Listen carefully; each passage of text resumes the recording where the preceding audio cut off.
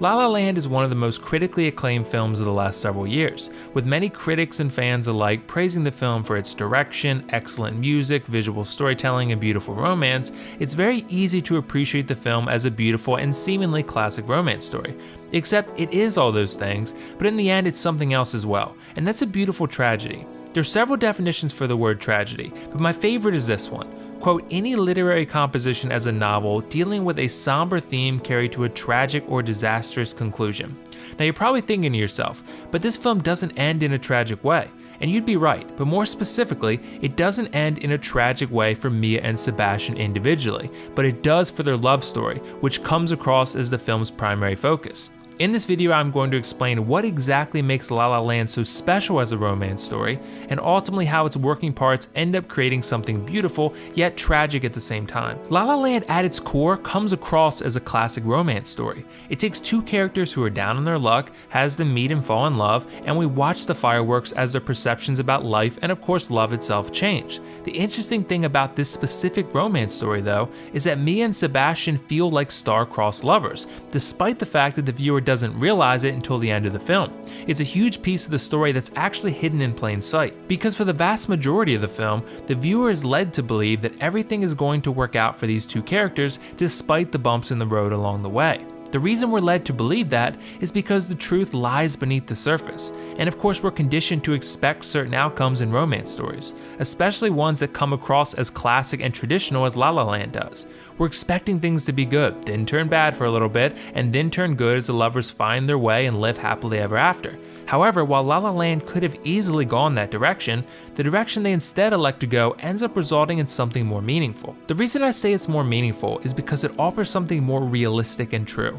And it's funny when you think about realism here, because there are a ton of fantastical elements at play in this story, like the singing and the dancing, the beautiful scenery, the romantic fantasies that feel like dream sequences. Everything visually is telling you that this is going to be a happy ever after fantastical romance story. But if you dig a little deeper, you realize why it's not going to end up that way. When you dig a little bit deeper, you realize that La La Land is indeed a romance story, but it's more like two individual stories being told simultaneously that end up intersecting and interweaving and becoming one, and then diverging again. They interweave and connect under the backdrop of a romance story for a majority of the film, but what this story ultimately ends up being is two individual stories about dreamers that were there for each other exactly when they needed to be. The proof of this lies in the fact that Mia and Sebastian end up meeting each other as struggling artists at their wits' end, frustrated and feeling hopeless, like they're stuck and their dreams are never going to come to fruition.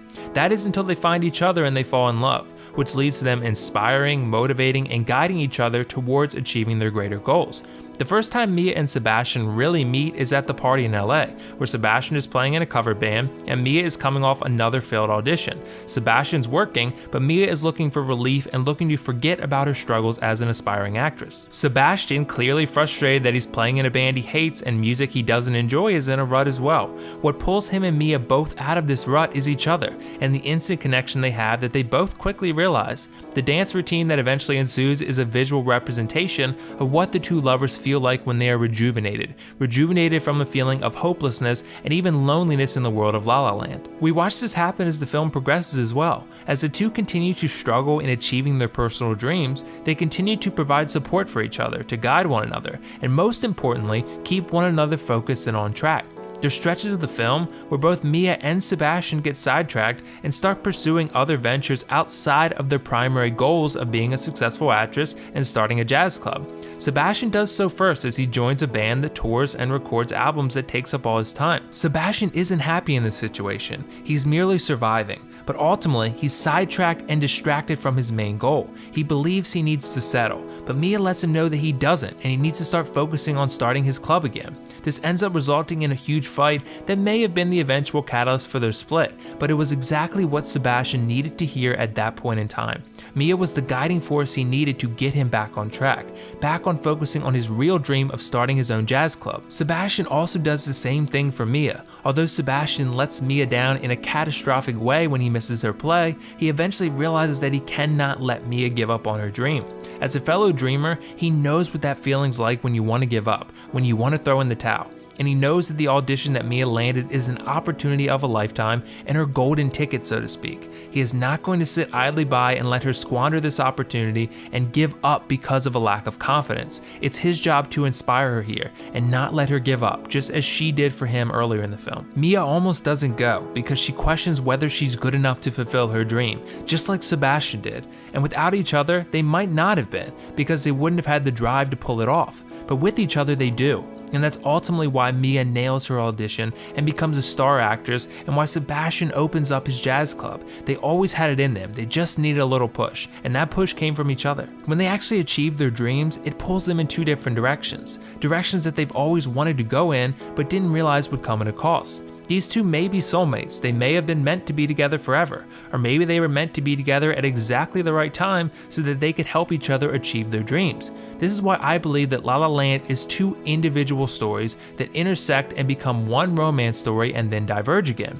The romance is beautiful, it's fantastical, and it makes our characters feel alive, and by extension, it makes us feel alive. But once the two dreamers' dreams become a reality, it splits them in different directions, not causing the spark to die, but rather the fire itself to fizzle out. Mia and Sebastian are star-crossed lovers, because if they achieved their dreams, they were never going to end up together. They wanted different things, and they were being pulled in different directions. The end of the film emphasizes this in an allegorical fashion when Mia and her husband divert from the route and head elsewhere, where Mia is eventually reunited with Sebastian in a tragically beautiful fashion. It makes sense that when diverting from her path, she ends up running into Sebastian again, because that's how the two met and fell in love in the first place. When the two former lovers see one another, it devastates them, because they remember how much they love and miss one another, and that's why they look so distraught. But in the final moments, when they give each other one final goodbye, they smile, because they know that they'll always love each other, and that their love was essential to their dreams becoming a reality. And that's why in the end, La La Land is a romance story about dreamers, yes, but it's also a tragically beautiful story about love and how it can inspire us. The constant fantastical imagery we get as Mia and Sebastian fall in love shows us how beautiful it can all feel and be.